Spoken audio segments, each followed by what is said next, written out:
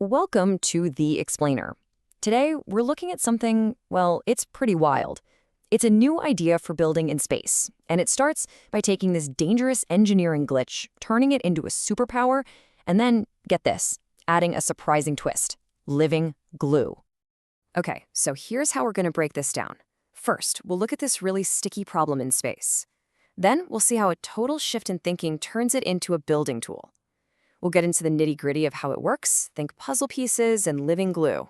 After that, we'll check out the incredible things we could build with this stuff. And finally, we'll see what it's going to take to actually make it happen.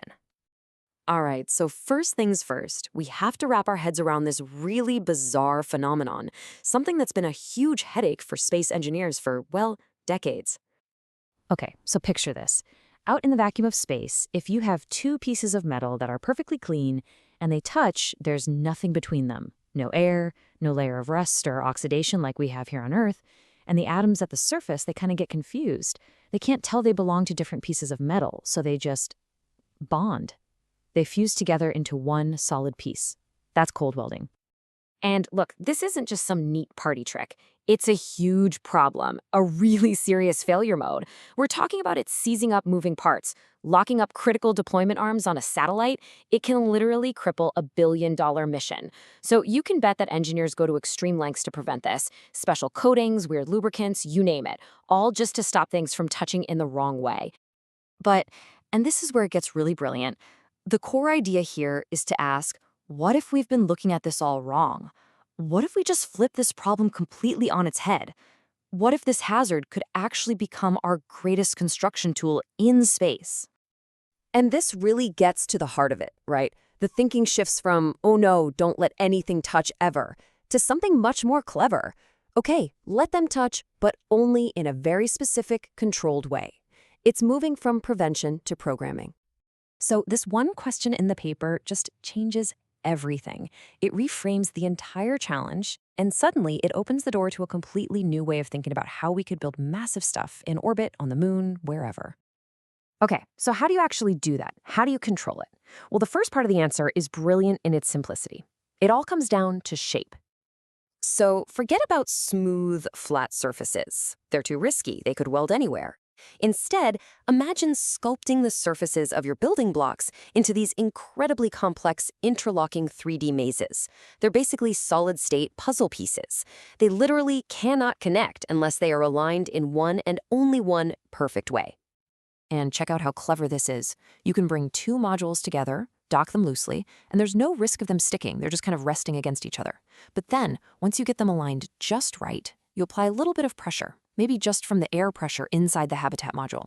And that pressure is enough to flatten out those tiny ridges in the maze, which suddenly, dramatically increases the surface area that's in contact. And bam, you get a strong, permanent cold weld. It's not an accident anymore. It's an assembly process you can trigger on command. And you don't even need a giant hydraulic press to do this. We're talking about a pretty modest force here, about 1,000 newtons. To put that in perspective, that's roughly the force of a large person standing on that spot. And that's all it takes, just on a small 10-centimeter square patch, driven by the module's own internal air. But here's the payoff.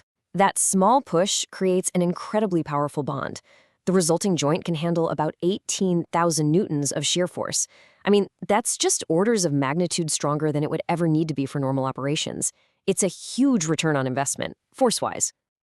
Okay, so these geometric puzzle pieces are already a game changer. But believe it or not, that's only half the story. The next layer to this idea is, well, it's even more surprising. It's where biology comes in. The idea here is to add a thin biohybrid layer right into the tiny gaps of that maze-like interface.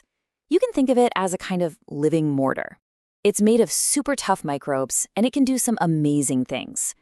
It fills in any leftover microscopic gaps to make the seal perfect. It acts like a shock absorber, damping vibrations. And get this, it could even actively self-heal tiny microcracks that might form over time. And this isn't just some sci-fi fantasy. Scientists have actual organisms in mind for this job. You've got things like this Antarctic fungus that, I kid you not, survived for more than a year just hanging out on the outside of the International Space Station, exposed to vacuum, radiation, the whole 9 yards. So we're not talking about fragile little lab microbes. We're talking about some of the toughest life forms on Earth. Okay, I know what you're thinking. And it's a huge critical question. What about contaminating other planets? You can't just go spreading Earth microbes all over Mars, right? That's a huge no-no. The paper has a really smart answer for that. For a place like Mars where we're looking for life, you just wouldn't use the living version. Simple. Instead, you'd use what's called a biomimetic scaffold. Basically, it's a non-living structure that's built to perfectly copy the shape of, say, that fungal network. It's like a fossil, so you get all the amazing structural and mechanical benefits without any of the biological risk. Problem solved. So let's put it all together. You've got these self-locking puzzle pieces, and you've got this amazing biohybrid mortar. When you combine those two concepts, the things you could build, well, they start to sound like they're straight out of science fiction. For instance, think about modular space stations. Not just a little bigger than the ISS. I'm talking kilometer-scale structures. Huge, sprawling stations made of thousands of individual modules that literally just snap themselves into place, using nothing more than their own internal air pressure. Or how about something really out there, like a space tether, one of those precursors to a space elevator? Instead of trying to launch one ridiculously long cable, which is basically impossible, you'd launch shorter segments and build it in orbit, piece by piece. Each new section would literally cold weld itself to the one before it just from the tension in the cable. And then there are habitats for the moon or Mars. Imagine sending them up all packed down and folded. Once they land, they inflate, and the panels of the shell lock themselves together into a rigid, solid structure. And that living layer we talked about, it's on the inside, ready to help seal up any tiny leaks you might get from micrometeoroid hits. It's a self-assembling, self-healing habitat. I know, this all sounds incredibly futuristic. But the cool thing is, the paper doesn't just leave it there as a cool idea. It actually lays out a very clear, very practical roadmap for how to get from theory to reality. It's all about staged validation, right? You start small, you take little coupons of metal with the patterns on them and just test them in a vacuum chamber on Earth. Does the basic concept work? Yes? Great. Then you start adding dynamic tests. Shake them, freeze them, bake them. Then you bring in the biolayer and see how it holds up. And you just keep building from there, step by step, until you're demonstrating multiple modules autonomously assembling themselves. It's a perfectly logical path from the lab bench all the way to orbit. So what's the big idea to take away from all this? It's really this provocative thought. What if the next great leap in space engineering isn't purely mechanical? What if it's biological too? By taking a known hazard and turning it into an amazing tool, and then supercharging it with the resilience of life itself, we might be looking at a whole new chapter in how we build our future off this planet. Which leaves you with one heck of a question. Is the future of building in space alive?